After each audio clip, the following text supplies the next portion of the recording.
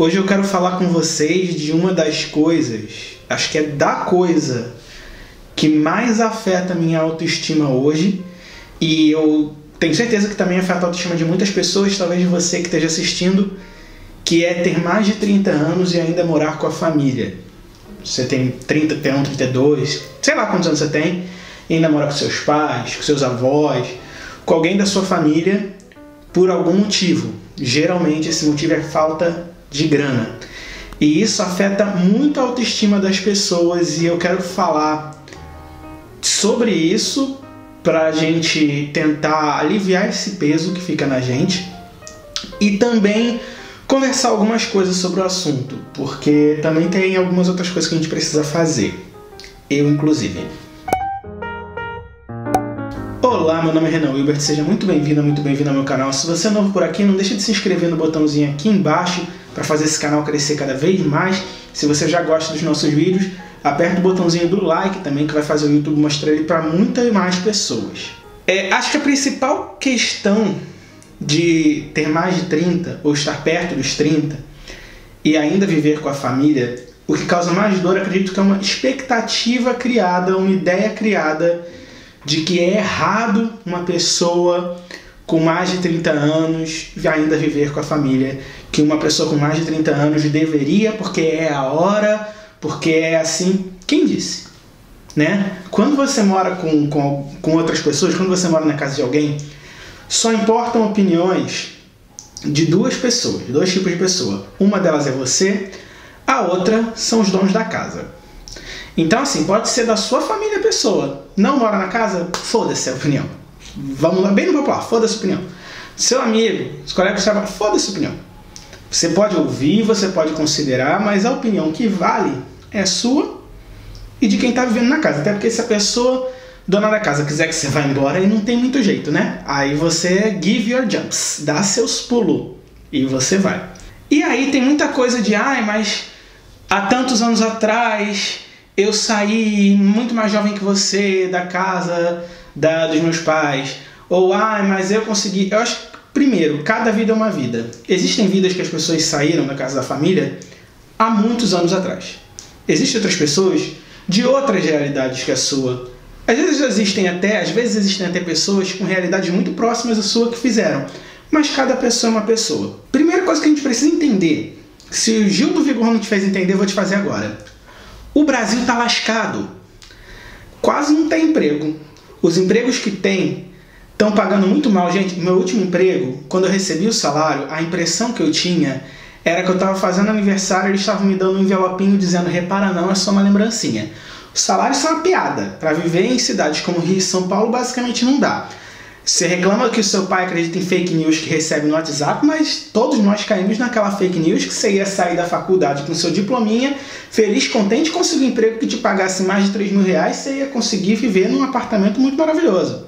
Fake news. Eu sou um que caí nessa fake news. Cada época do nosso país teve as suas dificuldades e teve as suas facilidades. Há 20, 30 anos atrás, a situação era muito pior em determinadas coisas. Mas era relativamente mais fácil pessoas saírem de casa do que hoje. Claro que tinham outras dificuldades, como eu falei, outras dificuldades pesadas. Mas os aluguéis do Rio de Janeiro dispararam muito acima da inflação e muito acima do poder aquisitivo das pessoas.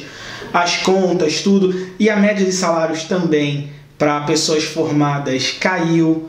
Hoje, o que uma pessoa formada ganha é muito menos do que uma pessoa formada ganhava há muito tempo atrás, porque os mercados estão saturados, especialmente em determinadas áreas específicas. Então, às vezes, é complicado para você ter o poder aquisitivo para você sair da casa da sua família na hora que você quer.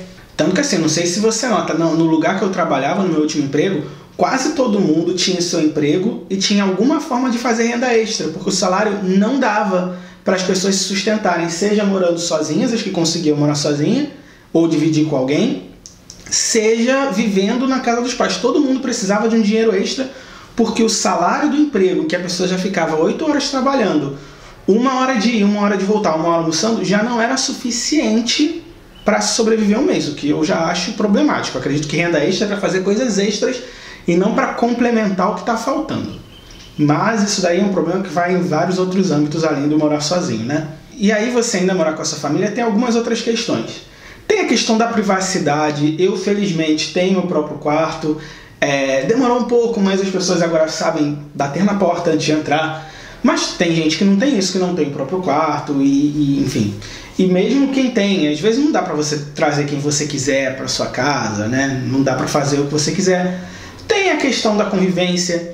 E quando você divide apartamento com um irmão, com um amigo, alguma coisa, a convivência, por mais que seja um problema, é menor. Porque você sempre pode mandar a pessoa tomar no cu. Você não pode mandar seus pais, seus avós tomarem no cu quando você estiver irritado. Por quê? Porque a casa deles seria má educação, inclusive. Eu tô falando de mandar tomar no cu, mas não necessariamente mandar tomar no cu, mas às vezes você tá numa situação que mesmo você estando certo, não é a lógica do bom senso que vai vigorar em uma casa. Geralmente a lógica que vigora em uma casa é a lógica da pessoa que é dona da casa. Nem sempre é a mesma lógica do bom senso. Quando você divide um apartamento com alguém, uma casa com alguém, acaba prevalecendo o bom senso, você tem um nível de voz ali, um nível de decisão igual ao de todas as outras pessoas. A gente fica estressado, a gente fica com a autoestima abalada com essas questões, mas eu acho que tudo isso acaba fazendo a gente não ver um outro lado, um lado bom, porque tudo na nossa vida tem um lado bom e um lado ruim, né? Quando você mora com a sua família, você tem uma série de privilégios que você não vai ter mais quando você morar sozinho. Quando você morar sozinho, você vai ganhar uma série de coisas que você não tem agora, mas você vai ter uma outra série de coisas que você vai perder por causa de responsabilidades, etc e tal. Então, enquanto você morar com a sua família, aproveite e seja grato pelas coisas que você tem que você não teria se morar sozinho. E o nosso estresse faz a gente deixar de ser grato muitas vezes.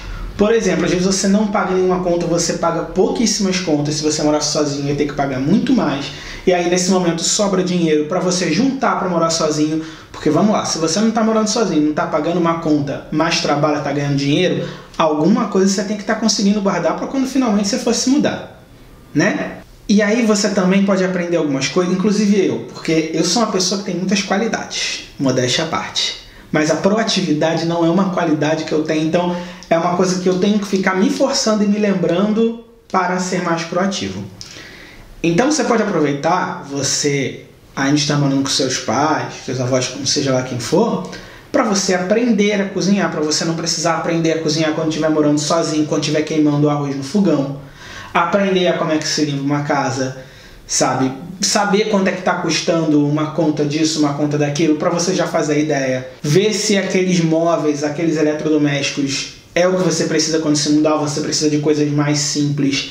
E aí vamos lá, se você pode não estar ganhando um centavo hoje, mas se você quer um dia morar sozinho, você tem que ter alguma ideia mínima de o que você vai precisar comprar, quanto vai custar comprar essas coisas e quanto vai custar se sustentar numa casa e sobreviver, inclusive tendo algum lazer para você não pirar.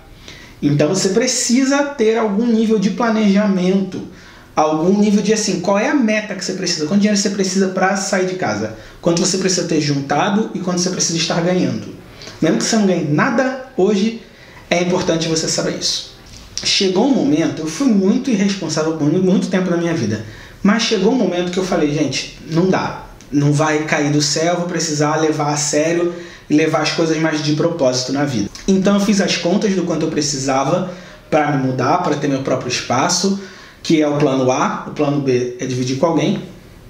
E aí eu reduzi muito o meu padrão de vida para que boa parte do que eu ganho sirva para eu estar juntando dinheiro para essa vida que eu quero. Ainda que você, como eu, ganhe bem pouquinho mesmo, você pode, dependendo das contas que você paga, se você paga poucas contas, se você não paga nenhuma conta, separa uma parte do seu dinheiro. Você já está gastando muito menos do que gastaria numa casa. Então já vamos aprender a separar o dinheiro com uma coisa que não é lazer. Porque uma coisa é você viver na casa dos seus pais, seus avós, sua família com mais de 30 anos. Outra coisa é você estar mal por causa disso, mas não fazer nada para mudar. E não fazer nada assim, nem a nível de planejamento. Aí já é complicado. Aí você só está reclamando, tipo aquela hiena do desenho animado, ó céus, ó vida, e não está fazendo nada. Tem que fazer alguma coisa. Enquanto você está fazendo uma coisa, tem algo que a gente precisa lembrar, que é aquilo que eu falei, nem sempre é o bom senso que vai prevalecer numa casa, mas o que acaba prevalecendo muitas vezes é a vontade do dono ou da dona da casa. Mas é importante também você saber se posicionar, porque às vezes o dono ou a dona da casa acha que além de dono da dona da casa é dono das pessoas que moram nela, né? Principalmente muitas vezes acontece isso em família. Então você se posicionar e botar, olha só, sou muito grato por tudo que está acontecendo aqui, sou muito grato por tudo que vocês ajudam, sou muito grato por tudo que fazem por mim, porém, sou o meu próprio dono. Então, é estabelecer limites e não é uma coisa fácil de fazer. Você saber, assim, o limite entre você estabelecer limite e o limite entre você estar invadindo o espaço dos outros. Não é uma situação fácil viver na casa da família, porque chega uma hora que você precisa do seu próprio espaço. Só que, se não chegou esse momento para você, se você está com essa dificuldade, não adianta você passar todas as horas de todos os seus dias se martirizando e se sentindo mal por causa disso, se sentindo um bosta por causa disso. Já tentei fazer isso, não deu certo. Aí eu tentei outra coisa, que é fazer o meu melhor. Me planejar para quando for, tentar fazer a melhor coisa possível estando aqui. Tem coisas que eu posso melhorar? Muitas. Muitas mesmo.